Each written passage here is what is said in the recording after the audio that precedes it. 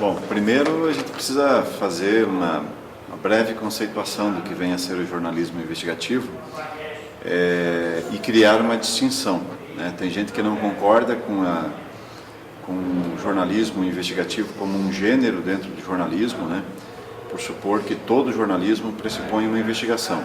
De fato exige mesmo. Só que não dá para botar no mesmo nível de investigação uma reportagem como o caso Watergate, por exemplo, e uma cobertura de um acidente qualquer na esquina.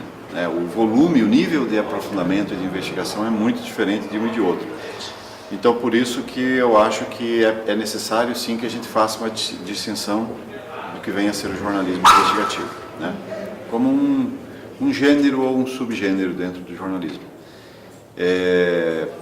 Obviamente, cada tipo de assunto vai exigir um modus operandi do repórter, né? Os assuntos que implicam em comprovação de uma corrupção no setor público vai precisar de provas concretas, né? Provas materiais que realmente vão mostrar de forma mais clara que houve sim a corrupção sobre a qual se está escrevendo.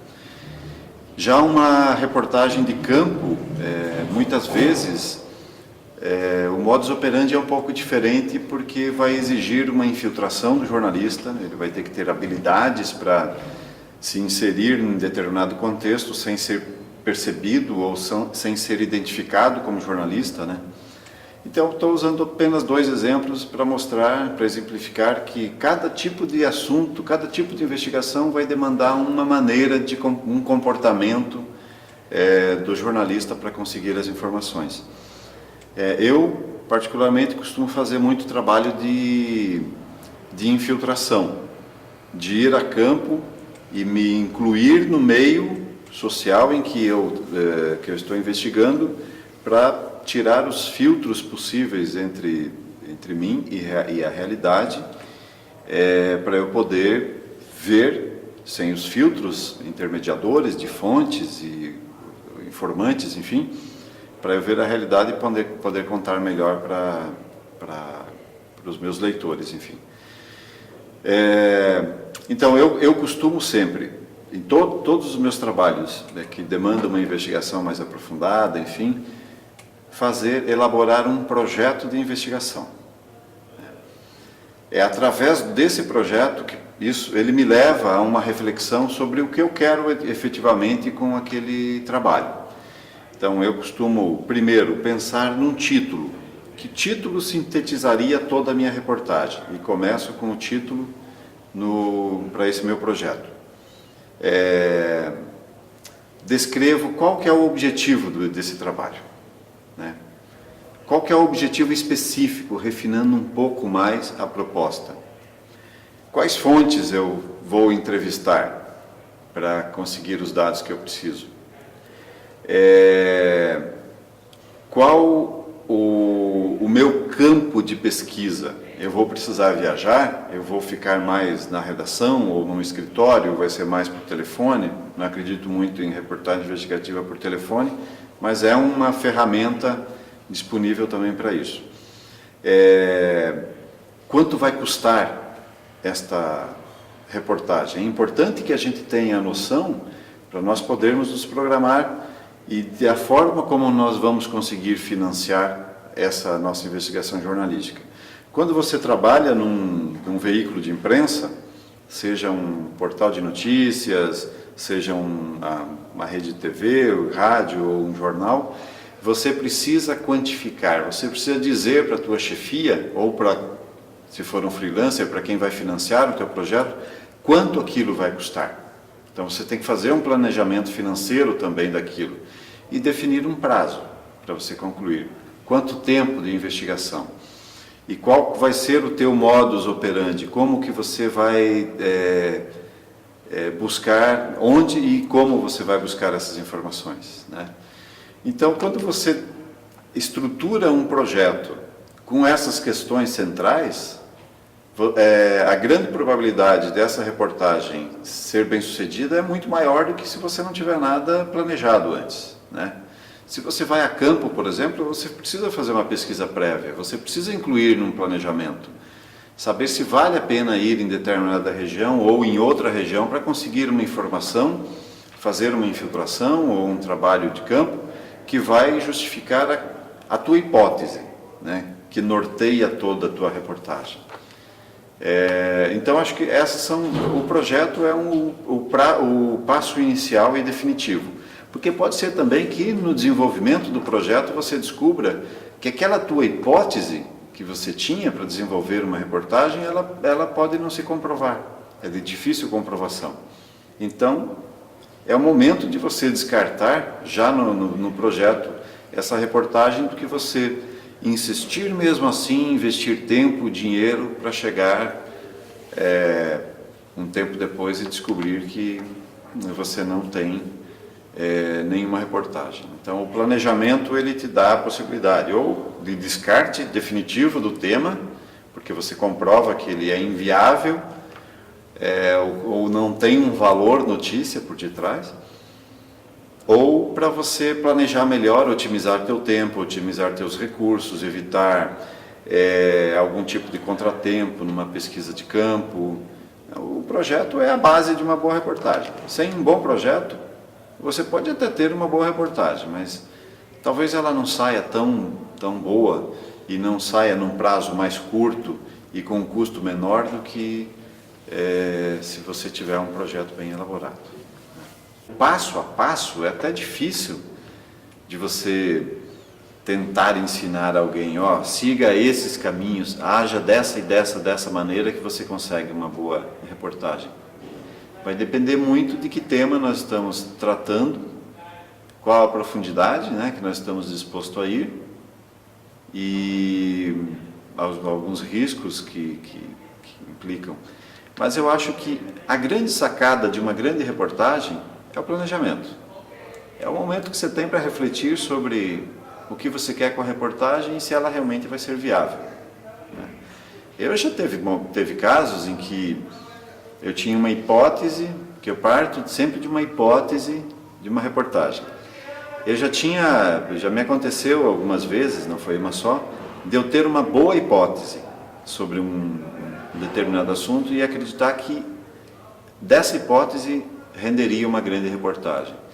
E eu ficar já no planejamento, prevendo o que poderia, que informações que eu precisaria, quem ouvir, enfim, se eu poderia comprovar aquilo, eu acabei descobrindo que a reportagem se tornaria inviável. Então eu abortei o projeto.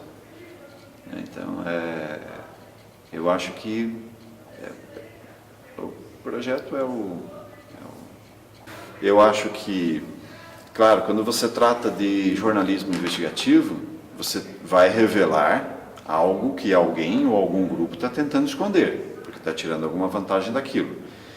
Então, é importante que a gente saiba disso e a gente avalie que isso pode implicar em algum risco para a gente. Algum risco de uma retaliação no emprego, um risco de uma retaliação judicial, ou mesmo de uma retaliação física, né? De uma agressão física, que não é raro, né, de acontecer. Então a gente tem que saber, primeiro, antes de tudo, isso implica algum risco e eu estou disposto a correr esse risco.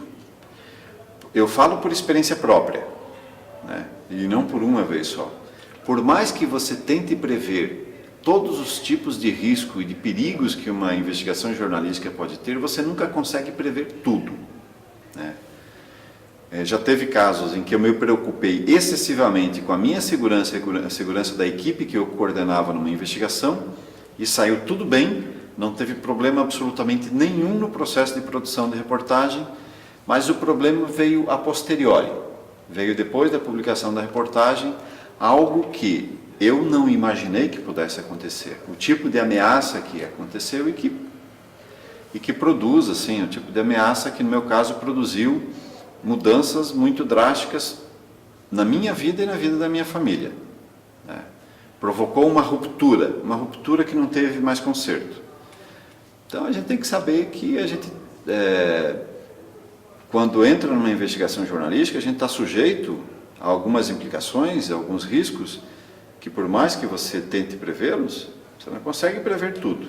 Então você tem que saber que pode custar alguma coisa, pode custar caro para você aquela investigação. Acho que primeiro isso. E depois, no trabalho de campo, é importante que você tenha, obviamente, o cuidado da segurança física tua e de quem estiver trabalhando com você na investigação, porque é o momento de maior risco, dependendo do tipo de apuração, de investigação. O momento de maior risco, de maior perigo, é o processo de produção da reportagem, é a busca da informação. Porque é bastante comum acontecer, por mais que seja uma investigação sigilosa, de vazar, né, para quem está sendo investigado, que há um jornalista ou um grupo de jornalistas que estão na cola dele, que estão investigando determinado tema. E aí que é o momento de maior perigo, né? E, sobretudo, quando se está numa investigação de campo, exposto, né? O risco é ainda maior. Então, a gente tem que prever e tentar sempre deixar os terceiros informados de onde você está, do que você está fazendo, sei lá, criar algum sistema de segurança, de alerta, né? Porque não sejamos inocentes de imaginar que ao investigar algum assunto rumoroso e que vai mexer com os interesses de alguém ou de um grupo, que a gente não vai correr algum risco, né? Não tenhamos essa inocência, né? Porque isso não acontece, algum tipo de retaliação. O Roberto Cabrini costuma dizer que o denunciado não manda flores, né? De fato, ele vai mandar muitas outras coisas, menos flores e agradecimentos, né? E a pessoa que está sendo denunciada, certamente ela tem muito a perder ao ser revelado o seu esquema. E, por outro lado, ela não teria, portanto, mais nada a perder ao fazer algo contra o jornalista que o está investigando, né? Então, acho que a gente tem problema, assim, para a produção do jornalismo investigativo. Ele é muito oneroso, né? Ele é muito mais caro do que uma cobertura factual qualquer, e dependendo do volume da investigação, ele vai ficando cada vez mais caro. Então, o grande problema no jornalismo hoje é quem vai bancar esse tipo de jornalismo, né? Ainda hoje, embora eu imagino que em menor proporção, é difícil quantificar, a dita mídia tradicional, né?